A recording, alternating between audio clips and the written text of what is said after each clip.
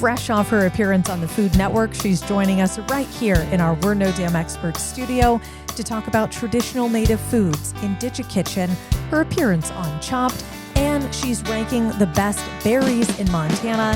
And here's a hint, huckleberry, not at the top of the list. We're talking with Mariah Gladstone coming up on this episode of We're No Damn Experts. Best damn podcast, the best damn town. You want to get up, get ready to get down.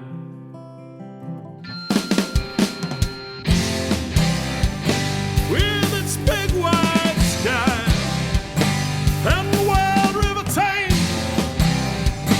if you want to go, we can take you there to Great Falls, Montana. Welcome to the greatest damn town in Montana, Great Falls. I'm Rebecca Ingham. I'm Shannon Newth, and we're No Damn Experts. What do you have in store for us today, Shannon? I'm very excited, and I'm so glad she said yes, and especially on my last-minute invitation. We have Mariah Gladstone with us in studio, fresh off the ranch, and right before she makes a presentation that you all will miss, but hopefully we'll have another opportunity to see her at some point. Welcome to our podcast studio. Yes. And you are the owner, creator, founder, genius behind Indigikitchen, which is one of the topics we'll get to today. But before we do, tell us all about you. Yeah, great to be here with you guys today. I'm Mariah Gladstone. I am Blackfeet. I live on the Blackfeet Reservation, just a little bit northwest of Great Falls. And I'm also Cherokee on my mom's side, enrolled in Oklahoma. So I got family down there. And I'm really lucky to work with a lot of Indigenous foods. So from my Blackfeet side, a rich hunter-gatherer tradition, and then from my Cherokee ancestors, more of a farming and agricultural tradition. So I get to incorporate all those things into the work that I do. And of course, being centered in Montana on the Northwest Plains here, all the fun foods that we have access to around here. Well, I'm excited to dig into this. Me too. I have to ask this question just to get it on the table because I have an interesting story. Do you know a Jack Gladstone? That's my dad. Okay. So, I do know him. Yeah. You've met him Good before. to know, Yeah. Years ago, he was part of a come to schools and put art in schools, and I was able to buy one of his tapes that he was selling when I was in high school. He's still on my Spotify playlist. So it is an honor to not only have his daughter, but have you as part of this ongoing history of the Gladstone family that I just continue to fall in love with. Yeah. So if that gets super weird, that's why. No, it's fangirling over you. Yeah. My dad's actually on one of the buffalo around Great Falls. Someone painted him on one of the buffalo. Okay, So. Do you remember off the top of your head which one? It was the one in front of the Great Falls Tribune building that the Little Shell Tribe ended up with. Yeah, it has all the blue tones and different portraits. Yeah, my dad would make us drive past that when I was a kid. And I'm on that buffalo. Yeah. Okay, Dad, cool. Makes you take like a selfie with it every time you're in town. No, we were little, so we didn't have cell phones. We just had to drive past it. There were no selfies. It was just. I guess we could have taken out like a disposable camera, just every time. The old school just have selfies. Like a whole wall of pictures of it. Yeah, that's great. Yeah. If you, as a listener, want to know more about all of our roaming bison, we have done many episodes on the podcast about that, and we have a page devoted to it on our website. So the bison are a big deal around here. They are. The bison are a big deal. Other towns in Montana that have tried doing have not kept them as cool permanent fixtures. Right. Yeah. Great Falls has, and I have learned my way around the Great Falls streets with the landmarks of different buffalo. So love it. It's important. That's to a me. great way to get to know the town. Yeah. So let's dive into the nitty gritty of what has. Let's start here. What is Indigenous food? And I'm going to say this because people will come to our office and they say, what's your community's food? Like in Butte, you've got the Pasty. I'm going to yeah. screw that up every time. Yeah, me too. And Great Falls doesn't really have its own food.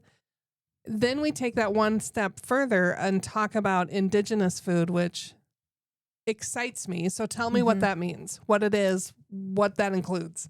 Yeah, I define indigenous foods as foods that have been on the continent prior to 1492. And that's a wide diversity of foods when you look at the continent or the Americas in general.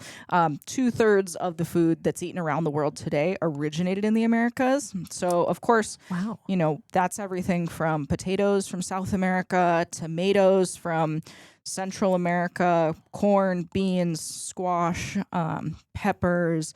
And then, of course, we start looking at the foods specifically from here, and we have an abundance of different berries. We have over 14 different edible berries right here in this immediate region. We have our root vegetables, everything from camas to biscuit root to prairie turnips to wild onions to all these things.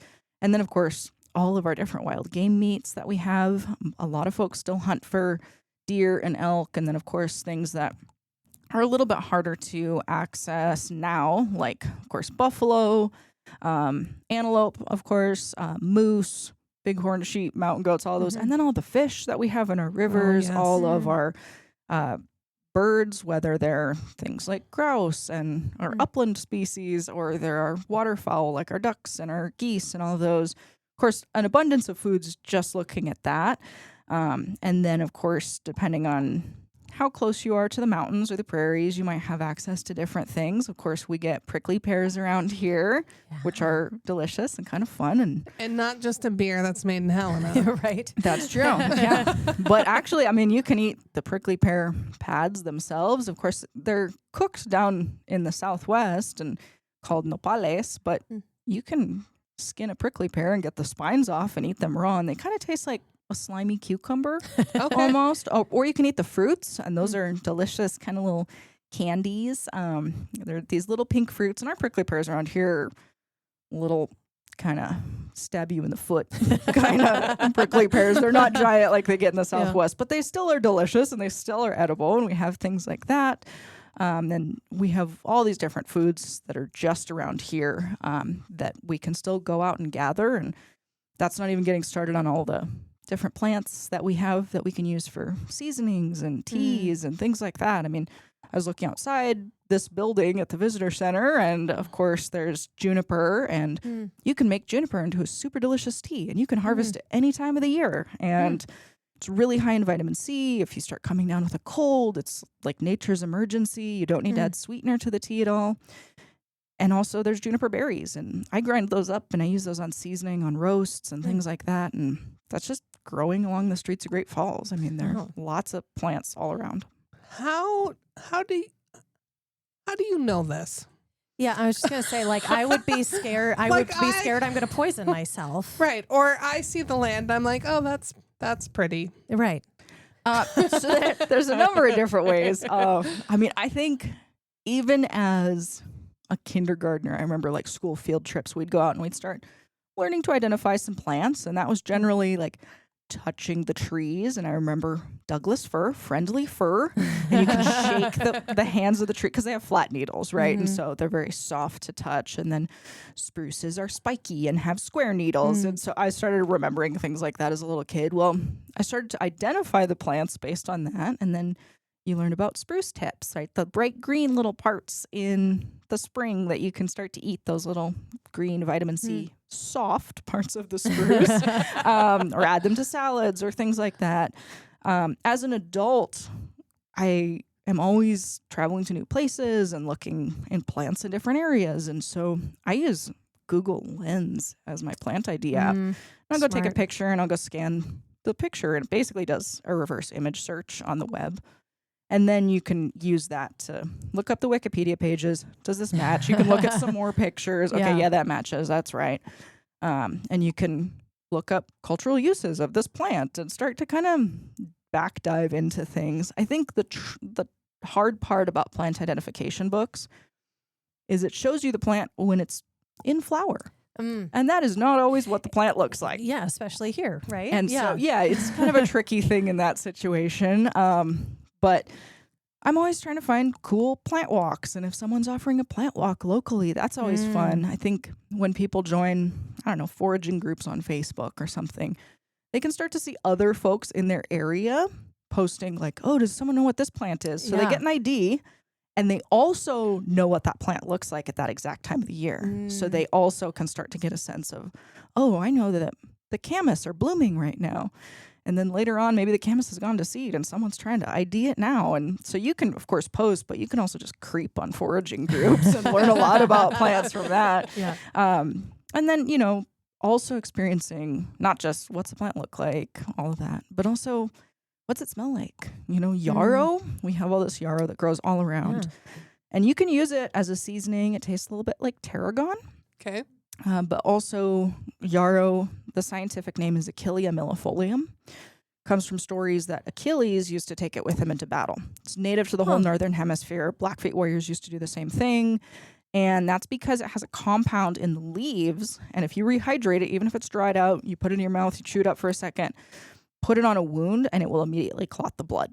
Oh. So really great plant to know if you are hiking or doing any sort of outdoor activity. Yeah. Because you can stop a pretty serious injury with a little bit of yarrow. We call it an Indian Band-Aid or something like that. And I've seen it in action. It works very, very quickly. It's really cool. Also makes a great tea, but it has a really specific smell. So if you find a yarrow plant, and they grow, as I said, all over the northern hemisphere, so no matter where people are listening from, they may have seen yarrow. And if you rub the leaves, you can smell it, and it smells almost kind of citronella-y. That's not exactly the right word, but it's in that kind of vein. And you can use it as a bug repellent, too. You can rub it on your skin, and it'll help repel mosquitoes. So I feel like I need to go really ingrain in my brain what yarrow looks like.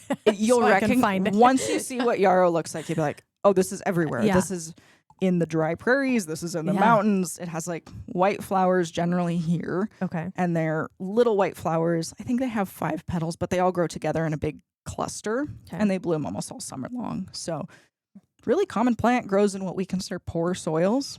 Some people grow it in their garden because it's great for pollinators. But I make yarrow aioli out of it and make bougie flavors and add it to soups and things like that. So and it because it has good immune boosting properties too. It's almost like the soup is now a tea that I'm making with the yarrow, and it just is great for not just health and flavor, but it's also adding kind of an immune booster into my soup broth. It's fun. Perfect. I'm like, I gotta start learning a lot of this stuff so I can survive outside. Survive the zombie apocalypse. Yeah, exactly. Yeah, it's important. Yeah. I'm going to be the first to tell you, I've already decided not to try. So you can make my place your first stop. There will be no fight on my end. I will come with yarrow ready to help your wounds and immune system. No, let me go. Everyone Save your tries yarrow. thinking about how they're going to stockpile their arsenal for the zombie apocalypse. I think plant Yarrow. identification and gardening is really where it's at. are important. So true though, apocalypse. most people aren't gonna know. So. I had told my mom she wasn't, this was before I fully decided I was not going to survive. I said, I'm building a team. She's like, I'd like to be a part of your team. I'm like, I can't afford to put you on my team. You're too old. She's like, I bring some really great skills. I can, and you're going to need me to help grow, which you don't have that skill either. And I'm like, just called out. Yeah. You do make some valid points.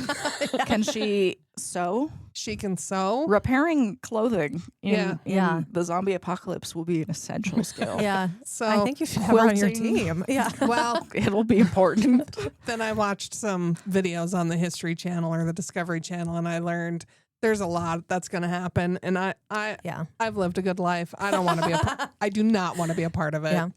I was more thinking just survive a hike if somebody gets cut. There's that too, but My husband cut his thumb open while we were cutting up an elk, and I ran around like a little crazy person. I was like, I found yarrow. Yeah. And so I talked him into, I was like, chew this up, put this on your hand, stop the bleeding immediately. There's no scar at all now. And oh my gosh. obviously continued to butcher the elk and pack it out of there. Nice. It didn't That's fine. scar. I feel like I have multiple scars on me from pulling a pan out of the oven. I'm not even joking. Those two, or from pulling it out of the, as is that.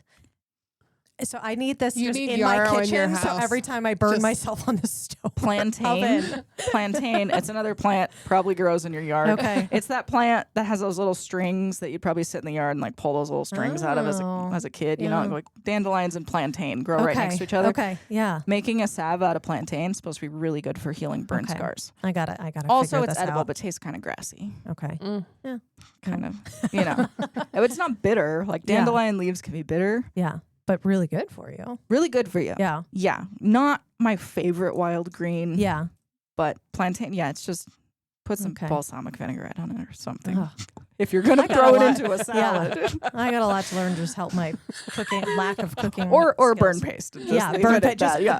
That's what I've honed in on is the burn paste. Yeah. So how did you get into the cooking component and creating the kitchen and some of the experiences you've had recently? How did you Yeah. get into cooking? Take us down that path. Yeah. Yeah, what am I doing with my life? My mom made sure that I knew how to cook from a very young age. And that's in part because she was taking an early childhood development class that said that kids that grow up cooking learn fractions better. So she'd be like, oh, look, we have 4 overripe bananas, but yeah. the recipe only calls for 2. So we need to double everything. So it was like very Montessori method. Like, okay, we're having 2 half cup. Oh, that's a cup. Like, okay. Yeah. So now I have an engineering degree that I don't use. Oh, baloney. Yeah. I mean, you're making 2 halves into 1 cup. Yeah, there's Yeah. expert fraction You're happening using that. here. No, it's I've always felt very comfortable experimenting with food because even as a little kid, I'd wake up and I had a dream of how to make cookies. And I knew roughly what went See, I into just dreamt cookies. of cookies, not the process to No, have I had a them. dream with the, and so my mom was like, well, that's fine. She worked from home. So she's like, just don't burn the house down. I'll watch. Yeah. She said, you have to write down everything that you put into the bowl. Okay.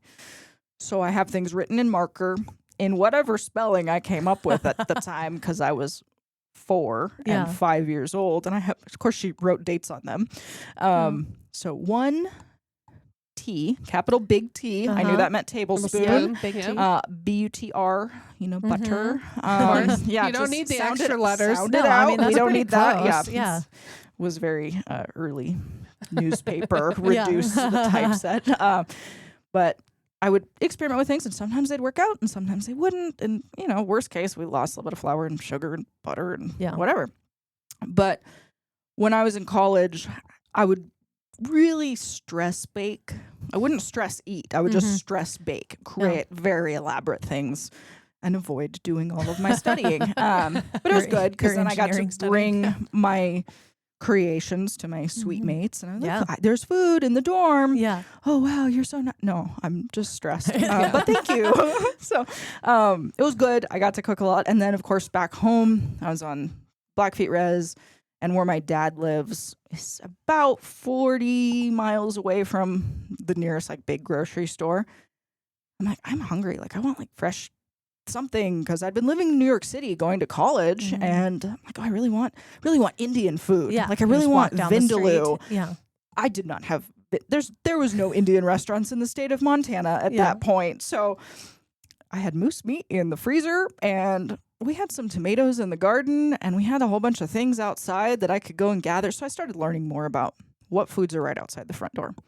Blackfeet people have been living here for over 14,000 years. I can go find some food outside and I can turn it into something. So I would create an experiment with the foods that I had and the foods that I didn't have to drive 40 miles into town to go get. And I had a lot of fun with it. And when I got out of college, I was working a job doing some engineering management.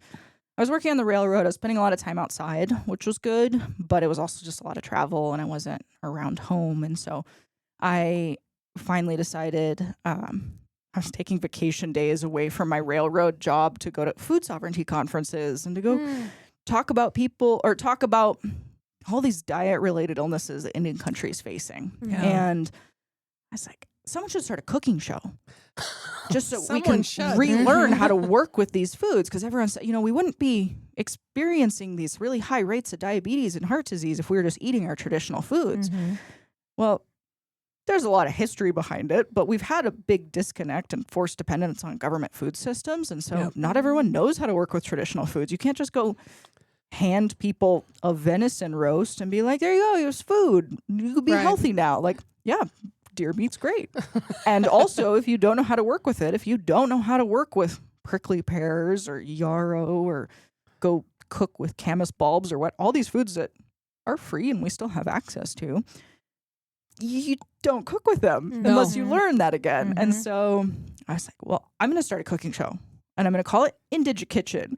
And someone said, okay, sure you are, Mariah. Yeah. And at that point, then it became a challenge. So then I had to. Yeah. So I started using like a camera I bought off of eBay and I love like eBay. Windows Movie Maker, the jankiest of all video editing software, and just started making the things that I knew how to make. And along the way, kind of collected some recipes from friends, started experimenting with more recipes. My cousin Lily, who's now like Oscar nominee famous level movie star. She's Lily. Like, you need to work on your lighting setup. And I was, okay. So movie star will know that I need to work on my lighting setup. So I was like, this is your best angle. Yeah. She's like, you need to, I'm like, okay, then I don't have all the weird shadows in my videos. But even from my very janky videos, people were interested. And I could see that because I was putting it out on, of course, millennial media, Facebook and Instagram and things like that. And you can see when people are tagging their family members. Grandma, can we make this weekend?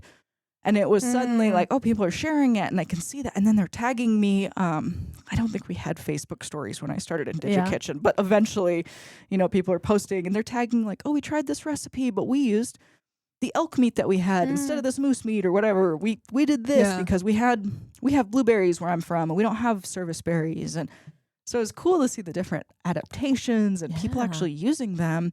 And that's what really took off. And eventually, of course, it became a full-time job. And I realized I need to quit taking vacation days from work to go do this. But instead, this is a full-time business. Wow. And it's fun because I get to teach cooking classes. I get to make videos and all of that. But also I get to do curriculum development and work in schools, and I do some catering events, some different things like that. And it's all really, really fun. Wow. So most of this is online, unless someone's lucky enough to book you in for like a speaking engagement or a class that you could teach. But if I remember correctly, in my stalking of you, you do have an Airbnb that you rent out, right? So I do some Airbnb experiences. Okay, that's right. Yeah. So Airbnb kind of has a separate tab, which aren't places that you stay, but they're places that you do things. Yep. And so I do offer an experience for folks, which is really a catered meal. It's a 4-course meal, but it's also a plant walk. It's working with the seasonal foods. And it's really, because I'm so close to Glacier National Park, there are folks that are coming to that area. And it's a way for them to connect with some of the local foods, but also just to connect with the land. So many times when we visit places, we get so caught up in, the mountains and the waterfalls and the big picture views. And I like taking kind of a magnifying glass and going like, let's look at the plants and the animals and these different little stories of all these things, and then pull those in, because I think it helps people gain a better appreciation for the places that they visit. Well, I think it builds that stronger connection beyond just the beauty. They're actually being a part of an experience that's in that area connected to that land. Yeah, for sure. It's definitely something that also provides a lot of really useful information as they're spending time in the area and wherever they travel. In that space, they can be like, oh, now I know what yarrow looks like, or now I know what these berries are. Now I know these berries are edible, and I can pick some when I'm hiking the trails or whatever that might be. So. Let's talk a little bit about the berries in this area. If anyone's been listening for a long period of time, they know I have a general hatred towards the huckleberry. And that has nothing to do with anything other than it's not found in a large portion of the state of Montana. Do you have huckleberries where you live? Some, but I got invited to be a guest on another podcast, and they said, we're going to be talking about huckleberries. And I said, I'm going to warn you, if you put me on this podcast, I will tell you that I think huckleberries are overrated. Oh, thank you. Love her.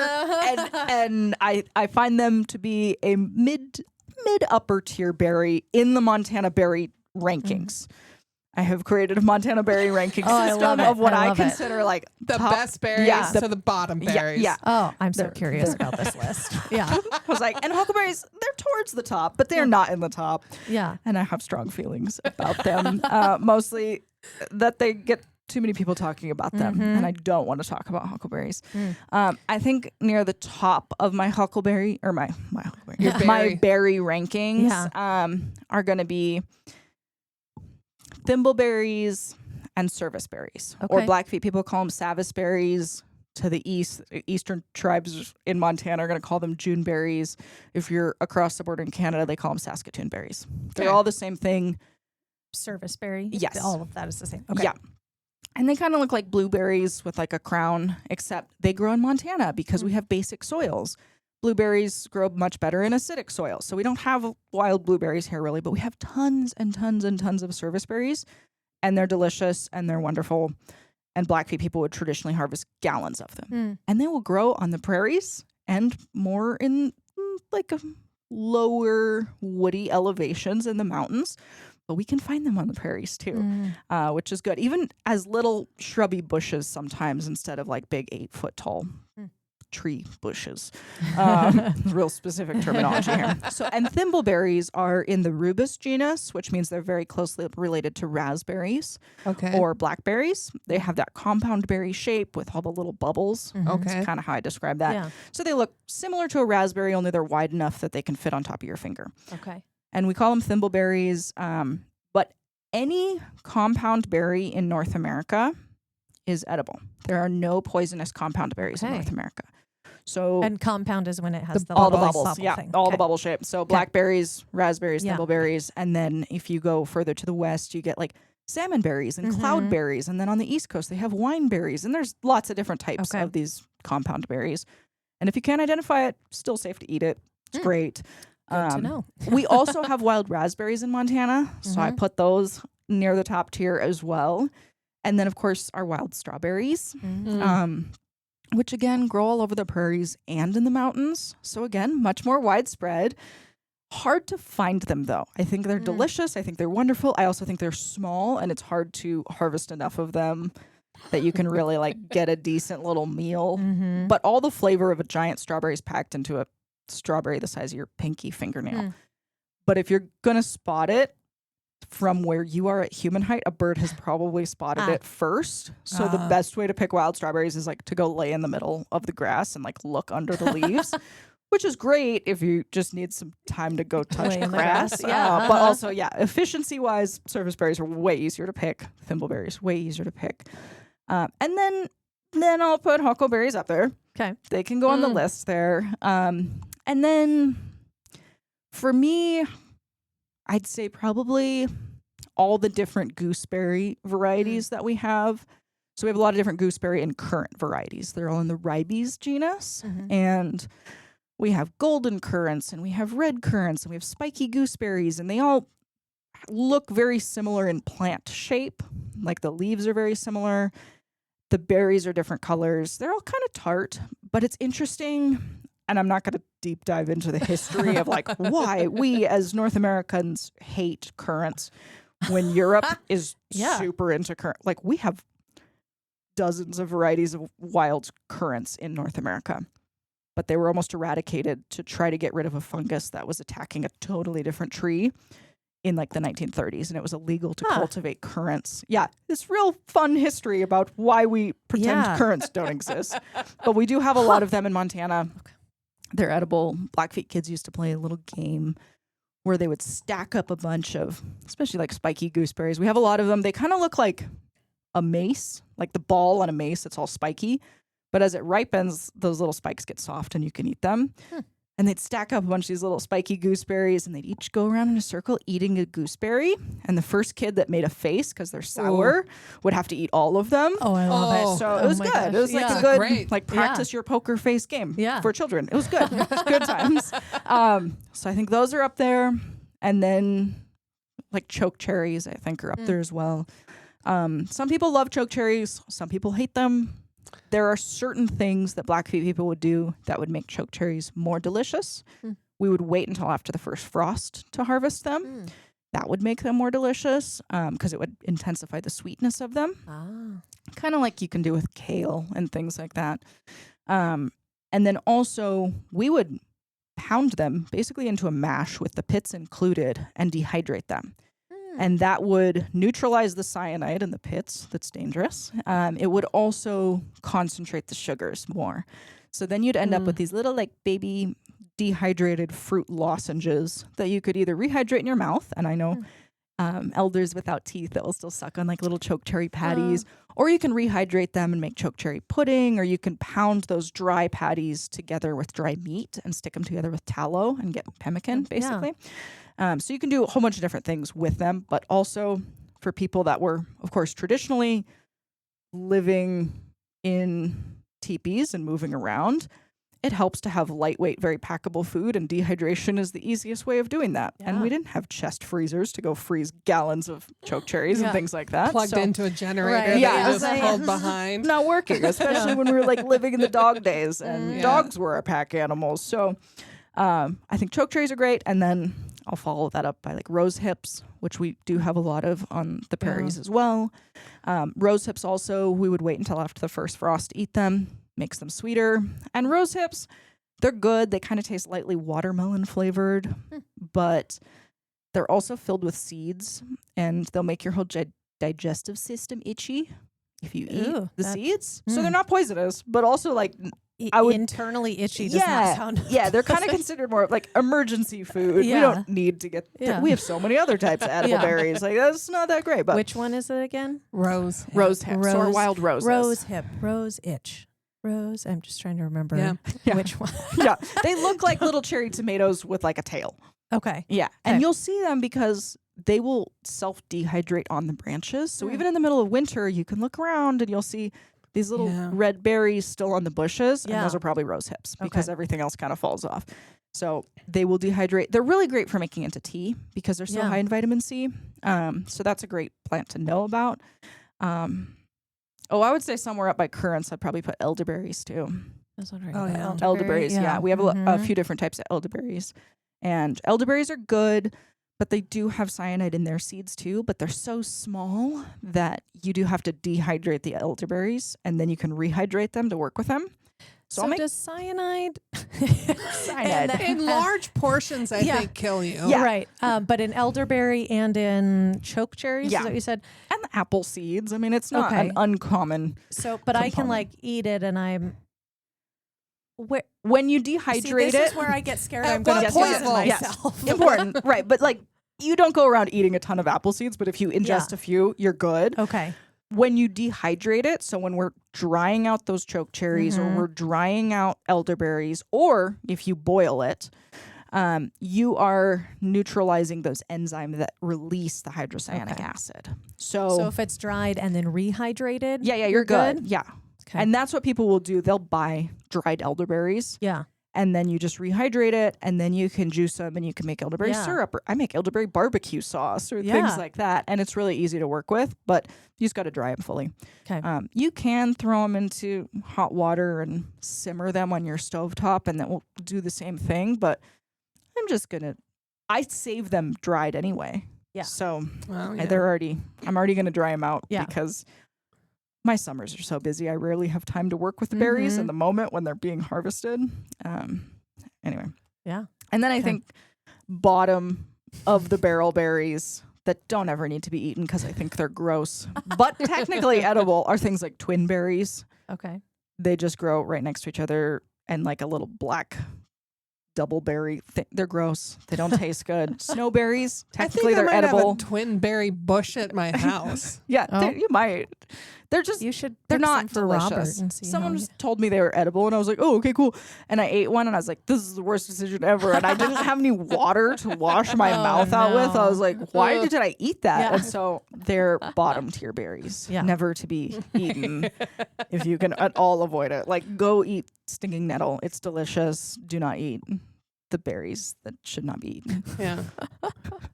It's my humble opinion. There's I also love it. you know what? Buffalo berries, sometimes called soap berries. They're up there Does with it currants taste like too. soap? No, it doesn't. It's actually pretty good.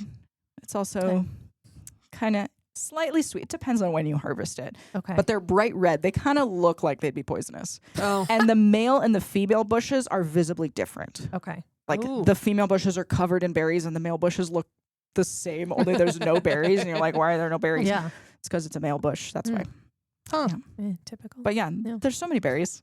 I've probably forgotten some. I love am the berry just- ranking. I'm just happy The that I berry found ranking. a kindred spirit on the huckleberry situation. You come to Yeah. Blackfeet Res and Everybody, I'm with my people that Yeah. don't like huckleberries. yeah. Yeah. I have been encouraging all the pastry chefs / ice cream makers in the state of Montana to do things with service berries. I was just gonna say. So would service berry be the more appropriate Montana I think berry? so. Berry? Mm-hmm. I think they're way more widespread. Mm-hmm. They're way easier to pick. They're cheaper to source because there's so many of them. If you go up to Canada across the border, you will find Saskatoon berry jam and Saskatoon berry pie, and it's Saskatoon berry everything Yeah. everywhere because that is their commercial berry. And we're here in Montana where we have the same, if not more, number of these berries. 100%.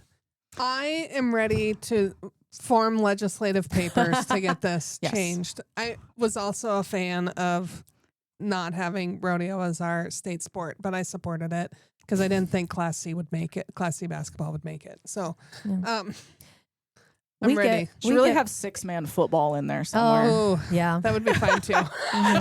It's actually track at that point. Yeah. It's just a running game. Run true. back and forth Yeah. if you're catching stuff.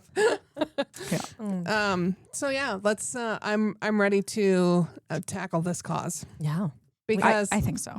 Ooh, sumac too. There's a ton of sumac in Great Falls, and Really? they're those bushes in the fall that turn bright red, like their leaves are bright red, and they have all those like little tiny berries. They look like if you shrunk a cluster of grapes into a small Ugh. size, and it's bright red. Okay. Oh, If yes. you taste those little berries, they're very hard. They're not really berries. They're called drupes, drupes, Okay. and they're very lemony.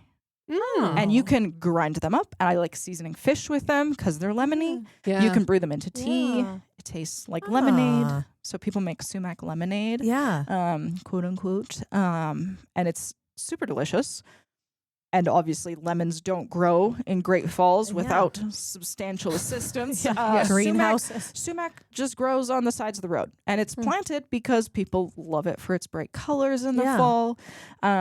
I have a secret plan for like a sumac service berry dessert, Oh. Ooh. which would really be like the lemon and the berries. It would Yeah. kind of be like a better version of lemon blueberry. Yeah. Yeah, I have Mhm. a plan, but I've been experimenting with it, and Mm. I had a tragic shortbread incident, and I've Need to recover. I need to recover before I continue this experimentation. Well, we're happy Really to working help on you my with that sumac if you squares. want. Yeah.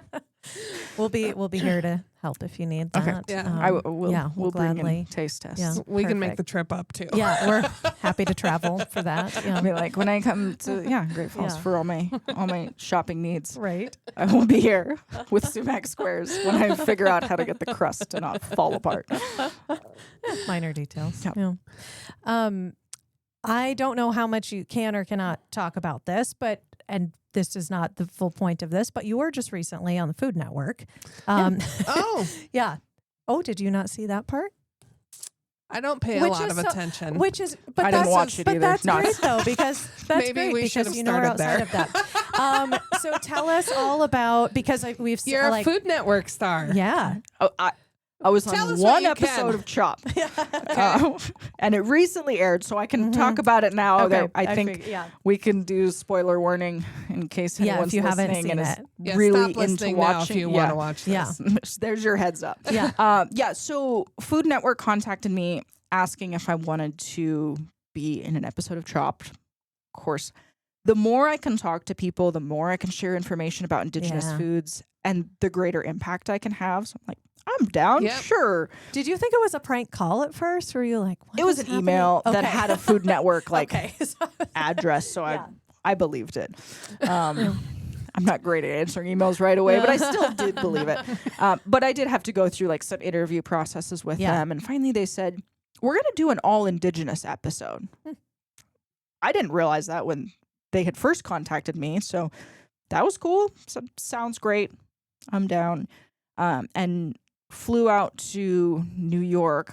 We filmed in Brooklyn Okay. in October of 2024. Mm. So this is a while ago. Yeah. And finally aired. And I can talk about it now. And that was a secret before then. But it was cool because it was 4 native chefs there were 2 from New Mexico, actually one that's Menominee, which is a Wisconsin tribe. She lives in Chicago. And then, of course, me in Montana. Yeah. And then 2 native judges, as Oh. well as a third judge that was Mhm. there of Ghanaian descent. So Mm. kind of a cool crew. And then a lot of the secret ingredients that they gave us in our baskets were Indigenous ingredients. Not all of them. Okay. Some of them were very random. But it was fun because we got to create things with these different ingredients. So, of course, the format of Chopped is you open up a basket with 4 secret ingredients, and then you have a certain time limit to prepare a menu item, basically, of or a dish, either an appetizer, an entree, or a dessert, depending on what round you're in. Okay. At the end of every round, of course, the judges try the dishes and someone gets chopped. So you start with an appetizer. You have 20 minutes to do an appetizer. That's crazy. Our secret ingredients were sumac, actually, Ah. whitefish, Okay. pawpaw pulp. Pawpaw is kind of a tropical tasting fruit that comes more from the Midwest. Okay. Kind of tastes like a banana and a mango and a papaya had a very soft, squishy baby. Oh. So it doesn't I'm get shipped intrigued. commercially because it's so soft. Like Okay. it Yeah. will get squishier than a banana very, very rapidly. Oh, yeah. And so it was mixed up in a pulp when we got it. And then we got these little tiny fry breads, and they had a specific Indigenous name for them. I don't know what language it was. I've looked like a Haudenosaunee language, which is from the Northeast, but they were basically tiny fry breads, which most of us are familiar with in one way or another.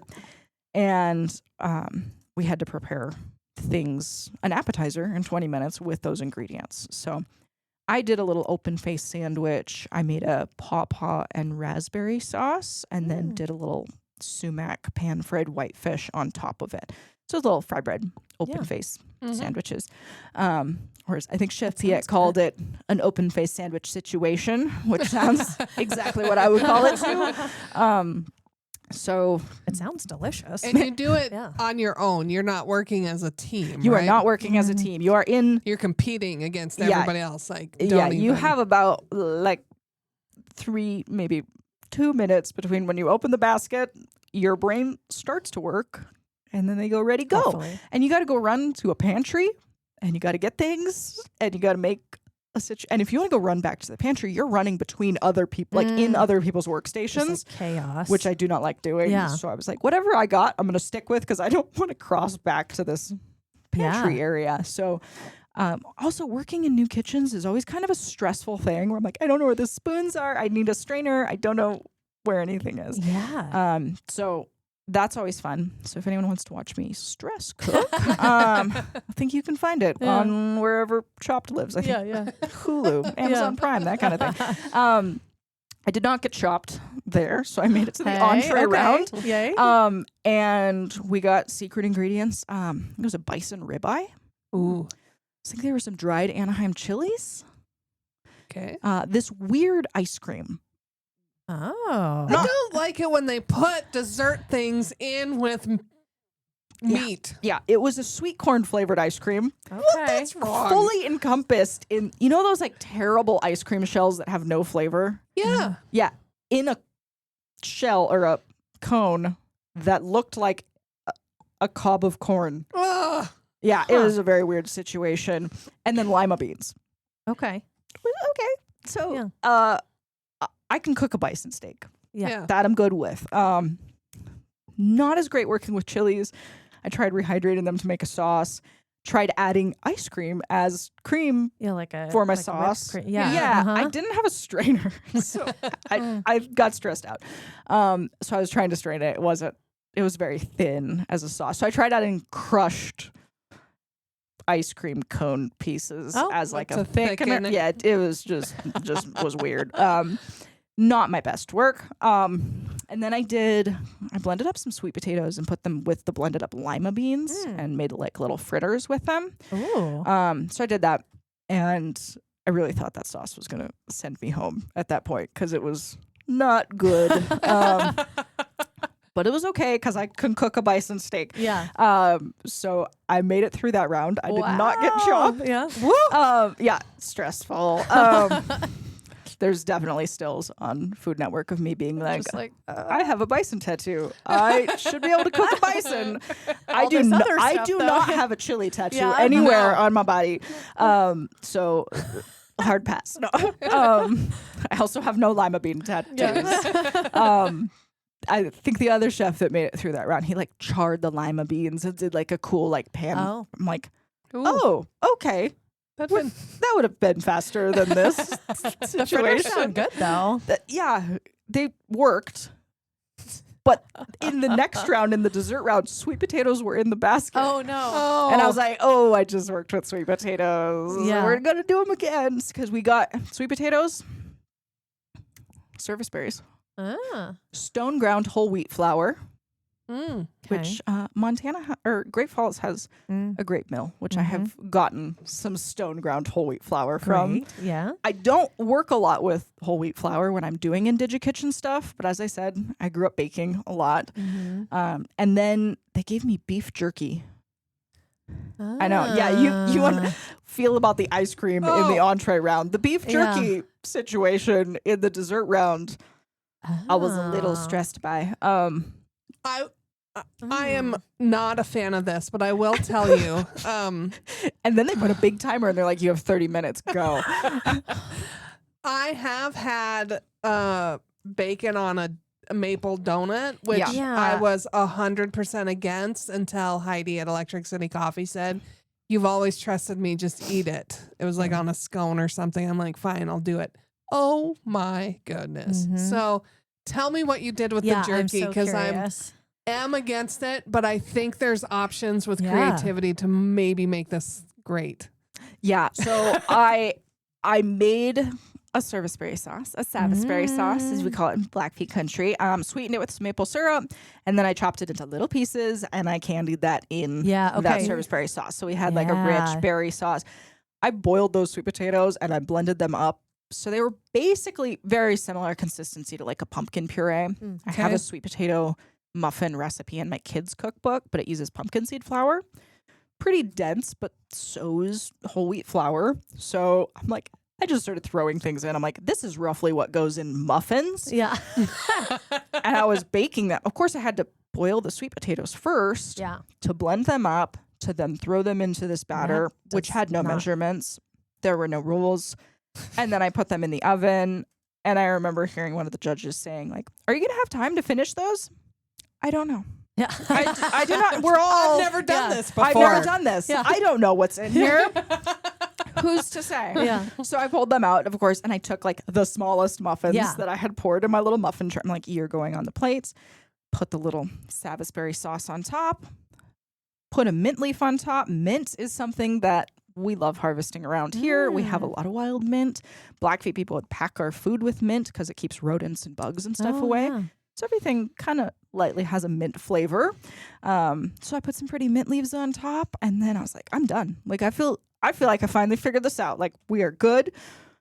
And then time went off, and I like poked one of my muffins that was in my muffin tray, and I was like, my muffin is raw. Oh no. Ooh. There's raw eggs. I just gave the judges raw eggs. Oh no. Like, But it was a panicking. little muffin. Complete panic. Yeah, it should have And I been just less I raw. sat there, and then of course they're like, okay, we need to photograph the things, and then you have to go in this room and you have to wait. So I'm sitting there, and I was trying to tell a producer, I'm like, I think I gave the judges raw eggs, and she's like, they'll figure it out if you did. What? Like, oh no. So Mariah just kills Judge on hoping somehow it Food like Network. magically cooks while it's sitting there. Yeah. yeah, so I was sitting there just waiting to be judged, and they cut into the muffins, and they tried the muffins, and they were like, this is the best muffin I've had. Oh, my muffins, either they were cooked when I put them on the plates, or there was enough residual Yeah, heat that that it they just- just finished Oh. baking.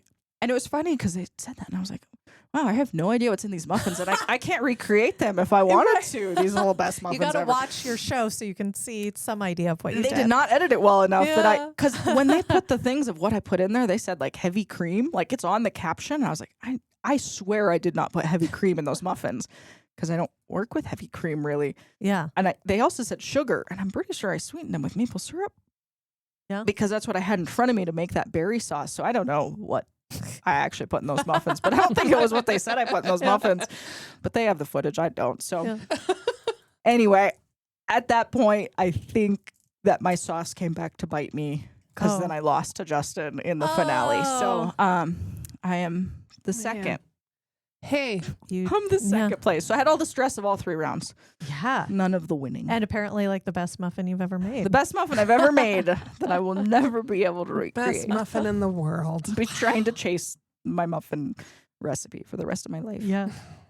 But it's Hey, at least you've got a journey like, now to yeah. be on. And I and the figured world saw it. the longer I stay on, the longer I stayed on the show, the more I could talk about how important revitalizing indigenous Yeah. foods are. And Yeah. my master's is in environmental science, so I get to talk a lot about ecological land management and traditional knowledge as it relates to, stewardship over the land, and how, things like prairie fires contribute to how we manage our landscape. And I just got to keep talking about those things the longer I stayed on. Yeah. So I did get to have 3 rounds of communicating that That's information awesome. and what I get to do through my business, but also hopefully how that connects with people. And I hope that people learned more about indigenous foods throughout the process, and at least they were entertained by watching me stress cook. And you were taken back to your college days of stress baking and yeah. Yeah, that college was way less stressful than that. No, I did high school debate, and that was like timer countdown. Yeah. Like, so I'm like, okay, I know how long 37 seconds is and what that's going to take me. And I did a TEDx talk in Bozeman in 2018. That was a big red countdown timer with a memorized speech. And I don't do well with memorized speeches. Oh, it's Obviously. nerve-wracking. Fine talking, not great talking with memorization. Yeah. So that was actually more stressful. I've never watched my own TED talk. Yeah. I did eventually watch Well, I'm gonna my go Chopped watch it episode, now. but Yeah. I didn't watch my own TED talk. So Understandable. Yeah. We are wrapping up before too long because you have somewhere to be tonight. So by the time listeners hear this, You they won't will get to have, be a part of it. They won't get to be a part of it. But I do want to mention what you're doing. And I imagine you do. This isn't a one-time event, that you do other events like this. So can you tell us more about where you're headed after this and what you're doing? yeah, I'll be at the Great Falls Library later this evening presenting. They have a cool, they're part of the Charlie Cart Project, which is a mobile kitchen. It's a fully mobile kitchen that they do different food education with. So I'm doing a cooking demonstration with some indigenous foods tonight. I brought some bison backstrap. We're going to do my little Indigikitchen pad thai with some zoodles. So we're going to make zucchini noodles and do, because so many pad thai ingredients are indigenous. And so instead of using rice noodles, we're using zucchini noodles, things like chilies, peanuts, peppers. All these things are already indigenous ingredients. Yeah. So I tried using maple vinegar one time instead of rice vinegar. It worked out perfectly. Still tasted like pad thai. Nice. So we're going to be doing that this evening. But I do cooking demonstrations all over. The easiest way for folks to find out about where I'll be is to follow Indigikitchen at either Facebook or on Instagram, and I try to keep people informed about where I'll be traveling. But I also do a lot of virtual presentations. I've done things like through the Montana Library System, and people can tune in and sign up for these classes from wherever they are. I do a lot of webinars and things like that. I was doing distance learning before it was cool. So really glad to be able to bring that resource to people, even if they don't happen to be in the area I'm at. So that's fun. And if people want to book you for things like talks or their own demonstration for their corporate gathering, do they slide into your DMs like the kids say, or is there a website that they can go to? Tell us that. Yeah, at Indigikitchen.com, there is an actual either booking request form or my email address is on there. And then that could get people connected. But there's also a ton of recipes on my website if folks are just interested in wanting to cook more with Indigenous foods. I do not monetize my website, which means there's no annoying like Google pop-up ads showing up, and I have no incentive to write my life story. It's just a recipe and a cooking video that goes with those recipes. Yeah, it's just there's no jumping to the recipe because I didn't write anything besides this is delicious. Yeah. I don't know if there I don't know if there could be a more exciting way to have a take-home experience from your time here is to go gather some stuff from our land, smuggle it back to your house with a recipe from Indigikitchen, and then you take us with you forever. So I love it. Yeah, there's also, I mean, I'm obviously always flying in and out of Great Falls. This is my hub for travel for everything. But there's also so many great places in Great Falls to connect with Indigenous foods here, and so many cool foods that are grown in this area. And I get to work with a lot of cool folks that are doing work around here. Like I work with like Timeless Seeds and the lentil folks quite a bit in my recipes. Lentils are not an Indigenous food, but in Montana, we grow more lentils than anybody else does in the country. And they grow really well in our climate, and they're nutritionally almost identical to beans. I use them a lot in my work because we grow them in Montana, so it's a local food. I can generally get them more sustainably, and because they cook a lot faster. And when I'm doing short demonstrations, I do not want to cook beans from dry beans. Stand there and wait on it. Yeah, and so it's fun, and that's there's things like that you can pick up in Great Falls, and you can pick up jams. And honey. Hopefully you can find service-berry jams. Local Eventually. honeys. You can go hiking on the trails around here. You can go try prickly pears, and you can probably find wild strawberries and choke cherries, depending on the time of the year that you're visiting. If it's early summer, our wild strawberries come out. If it's late summer, we got service berries and choke cherries growing around here. There's so many cool foods just in the Great Falls area, or even hiking on the trails right by the river. Being able to look at the different trees that are growing there. And I have definitely taken a branch of like juniper trees and boiled them in my hotel room in Great Falls. That's because amazing. I was like, I need tea. Yeah. I am talking to school kids all day. Yeah. I need some vitamin C. And I'm too cheap to go buy emergency. So we're taking this tree. I was like, we got some juniper. All of our conifers around here are edible. Yeah. The west side can't say that. They have yew trees. Yew trees are poisonous. Don't boil them on the west. Yeah, don't boil them on the west unless you can identify them. But we have Douglas fir and spruce and ponderosas and junipers, and they're all delicious, drinkable conifers.